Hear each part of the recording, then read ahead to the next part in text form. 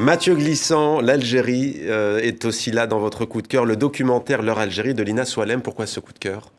Alors je l'ai vu il y a peu de temps et c'était vraiment c'est un des documentaires qui m'a le plus bouleversé ces dernières années parce que c'est un documentaire très simple qui part d'une situation certes un peu spéciale mais quand même très intime.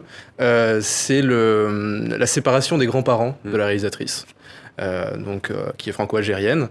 Et à l'occasion de cette séparation-là, elle explore le passé de sa famille, elle explore non seulement les histoires, mais aussi les sentiments de ses proches. Aussi. Et en faisant ça, elle relie tout ça à l'histoire, en fait, à l'histoire de l'Algérie, de la France. Walid Mohannes, votre coup de cœur, c'est le dernier album de Max Richter, Exiles. Pourquoi ce coup de cœur?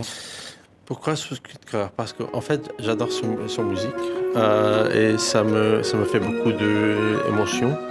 Et, je trouve que cet album, pour moi, il est dédié à la cause de réfugiés. Et il recréait toutes ces compositions un peu qui existent et réinterprétées.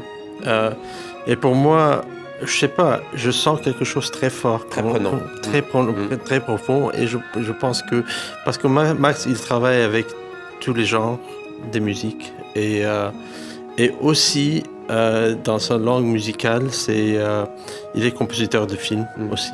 Pour moi, c'est quelque chose à découvrir en tout cas. Max Richter, Safa Fati. Alors une fois n'est pas coutume, on n'avait pas votre coup de cœur. Alors c'est une surprise ou pas? Dites-nous, Safa Fati.